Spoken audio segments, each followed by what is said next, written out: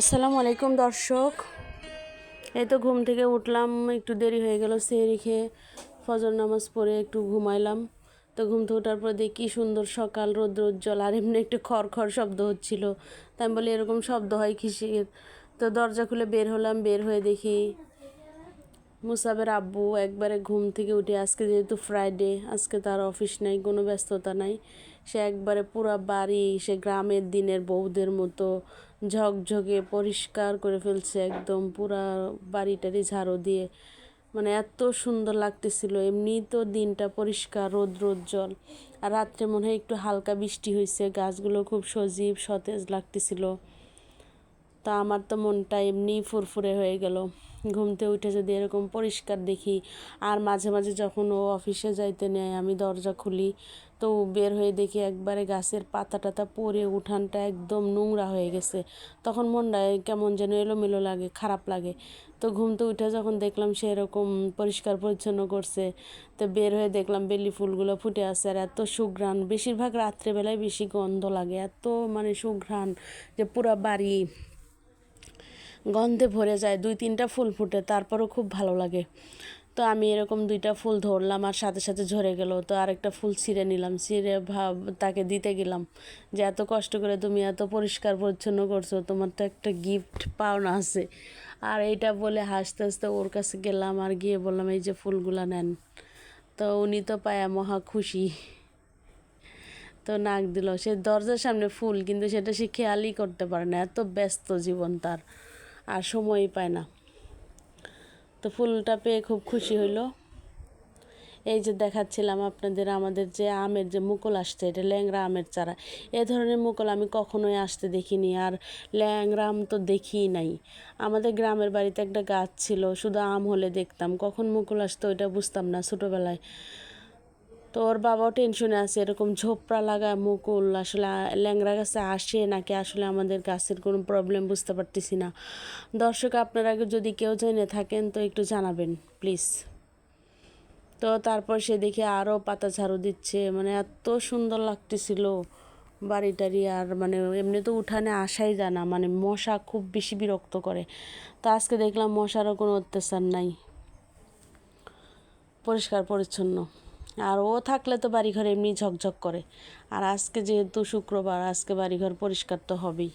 তো সে বাগানে একটু ঘুরতেছিলাম, আর মনে হলো আপনাদের সাথে একটু ভিডিও করি, শেয়ার করি। আমার পরিষ্কার পরিচ্ছন্ন বাড়ি যদি অনেক খারাপও হয়, মাটির ঘরও হয়, আর সেই বাড়িটা যদি এরকম পরিষ্কার পরিচ্ছন্ন থাকে আমার খুব ভালো লাগে, আমার বাচ্চাদেরও ভালো লাগে। আমার মেয়েটা যখন অনেক ছোট ছিল, তো আমার শ্বশুর বাড়ি আমরা হঠাৎ করে গেছি। তো বিছানাটা একটু, গ্রামের বাড়িতে সবসময় গুছানো গাছানো থাকে না, একটু এলোমেলো নোংরা। তো আমার শাশুড়ি বুঝতে পারলো যে আমার মেয়েটা একদম বিছানায় বসতেও পারতেছে না, শুইতেও পারতেছে না, একদম ছোট কোলের বাচ্চা, ও নামতেইছে না কোল থেকে। তারপর আমার শাশুড়ি কী করলো, শোকেস থেকে একটা নতুন পরিষ্কার চাদর বিছায় দিল বিছানায়, সাথে সাথে আমার মেয়ে কুল থেকে হামাগুড়িতে নেমে গিয়ে শুয়ে পড়লো।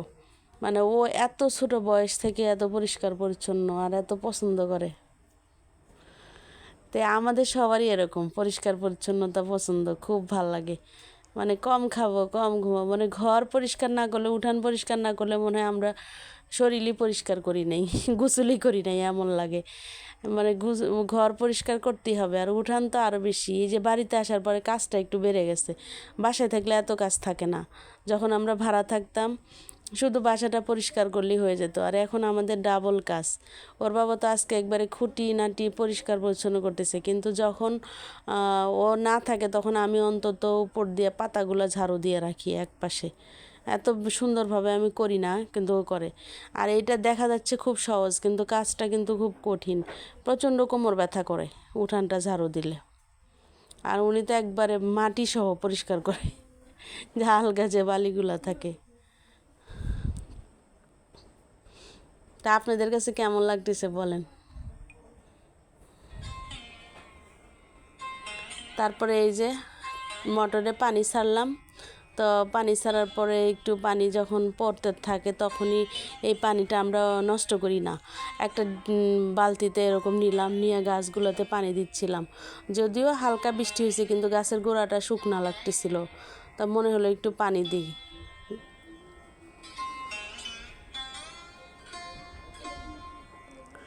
গাছে পানি দিচ্ছে, বাগানের কাজ করতে আমার খুব ভালো লাগে। আসলে সময়ই বের করতে পারি না। আর এখন একটু ছুটি আছে, অবসর আছে, মেয়েটারও পরীক্ষা শেষ হয়ে গেছে, আর বাসা থেকে বের হতে হয় না, কোথাও যেতে হয় না, এজন্য একটু পরিষ্কার করার টাইম পাই।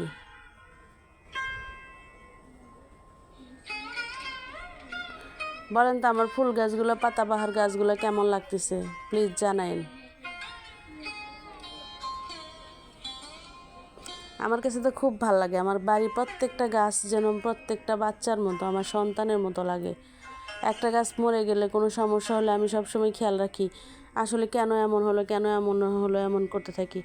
এরকম করতে করতে দুপুর হয়ে গেল। দুপুরের সময় জোহরের নামাজ পড়লাম, পরে টরে বাসায় আজকে ইফতারের আয়োজন করতে চাইছিলাম না, তেমন কোনো আয়োজনই করতে চাইছিলাম না, কিন্তু করতে হবে, কারণ আমার ছেলে আজকে শুক্রবার বিকালবেলা মাদ্রাসায় যাওয়ার কথা ছিল। তো বলতেছে, মা রমজান মাস তো সন্ধ্যার পরে ক্লাস হবে না, তো কাল সকালেই যাব। তো ও থাকবে, তো একটু ইফতার তো বানাইতে হবে স্পেশালি। তো সকালবেলা আর পেঁয়াজু বানানোর জন্য ডাল টাল ভিজাই নেই। তো ভাবলাম একটা পিজা বানাই দেয়, যে রমজান আসছে পিজা বানাই নেই। কারণ ছেলে বাসায় থাকে না, কোনো খাবারই আসলে সে ইন্টারেস্ট নিয়ে আমি খাই না, আর এত বেশি ইফতার বানানো হয় না, হালকা পাতলা ইফতার বানাই। তো আজকে ভাবলাম একটু স্পেশালি পিজাটা বানিয়ে ফেলি। তো বাসায় চিজ ছিল না, এমনি অন্য সব কিছু ছিল, চিকেন ছিল। তো ভাবলাম যে চিকেনটাই করি। আর আমার ছেলে বলতেছে যে আম্মু আমি স্পেশাল বেগুনি বানাবো, তুমি একটু গুলায় দাও। স্পেশাল কি, ওই যে ছোটো ছোটো বেগুনগুলোকে লম্বা করে না কেটে গোল গোল করে কাটছে। ও বলতেছে যে গোল গোল করে কাটলে এটা একটা 1 টাকা করে, কোন জায়গায় যেন দেখছে ইউটিউবে। তো বলতেছে মা সেভাবেই বানাবো। তা আমি বললাম ঠিক আছে, বেগুন এভাবে খাই ওভাবে খাই একই, যেহেতু ছেলের আবদার, এটা তো মানতেই হবে। তো তারপরে বেগুনিগুলোকে আস্তে আস্তে বেসনের মধ্যে একটু তেল দিয়ে গুলায় নিলাম। তো এখন ভেজে নিব, সাথেই থাকেন, দেখতে থাকেন।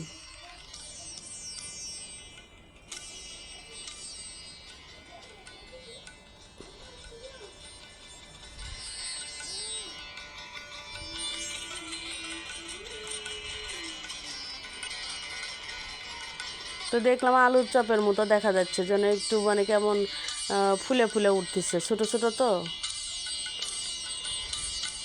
খাইলে বোঝা যাবে যে আসলে কেমন মজা হয়েছিল। দেখতে তো ভালোই লাগতেছে।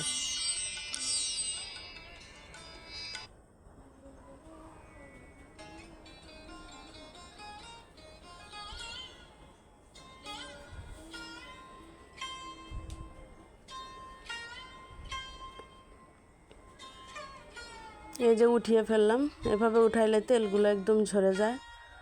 ইফতার তো আসলে আমরা কম বেশি সবাই বানাই, আর আমার তো প্রতিদিন ইফতার বানাইতে হয়। আজকে চাইছিলাম একটু বানাবো না, ওর বাবা যেহেতু ছেলেকে মাদ্রাসায় নিয়ে যাবে, ওখানে ইফতার করে আসার কথা ছিল, হঠাৎ করে বানানো। তারপর বাবাকেও কাজ দিলাম, বললাম তুমি ফলগুলো আর 2-3টা খিরা কেটে নাও। আমি আর পারতেছি না, মানে আমি অনেক কাজ আসলে দুপুরের আগেই শেষ করে ফেলি। আজকে আসলে সময় পাই নাই, আর ইচ্ছাও ছিল না, ভাবছিলাম ইফতার টিফতার বানাবো না, কিন্তু এখন আরও ডাবল কষ্ট করতে হচ্ছে। তারপর ছোলা রান্না করা ছিল, সেই ছোলাগুলোকেও গরম করে নিলাম, আর ওর বাবা আপেল আর ক্ষীরাগুলো কেটে নিচ্ছিল।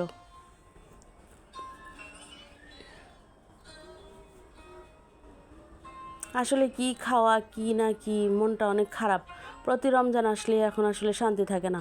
এবার প্রথম দিকে খুব শান্তিতেই ছিলাম। তো কয়েকদিন আগে তো দেখলেন যে গাজাতে, ফিলিস্তিনে ইসরায়েলের হামলা, মন টন অনেক খারাপ, মানে মুসলমানকে এভাবে মারতেছে, বাচ্চাদের দেখলে কষ্ট লাগে। আল্লাহ সবাইকে হেদায়েত দিক, আর শান্তি ফিরায় দেখ মুসলমানদের মধ্যে। আসলে এগুলো মানুষ হিসেবে দেখতে খুবই কষ্ট লাগে।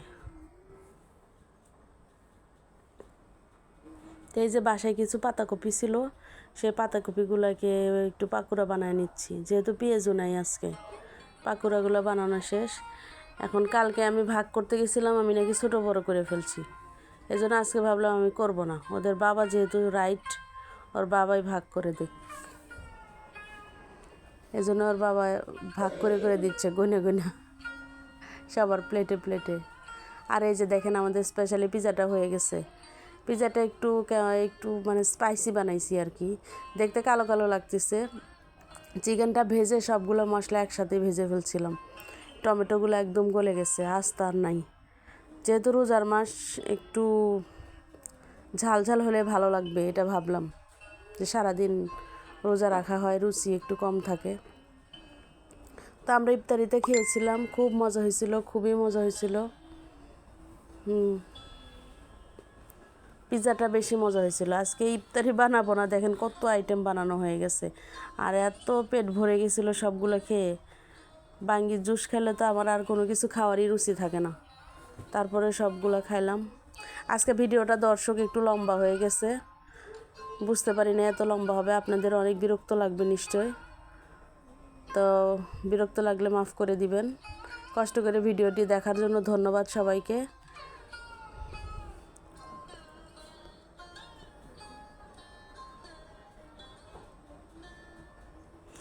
ইফতারের আগে দোয়া করলে দোয়া কবুল হয়, এই জন্য আমরা সবাই ইনশাল্লাহ ইফতারের আগে ইফতার সামনে রেখে দোয়া করব।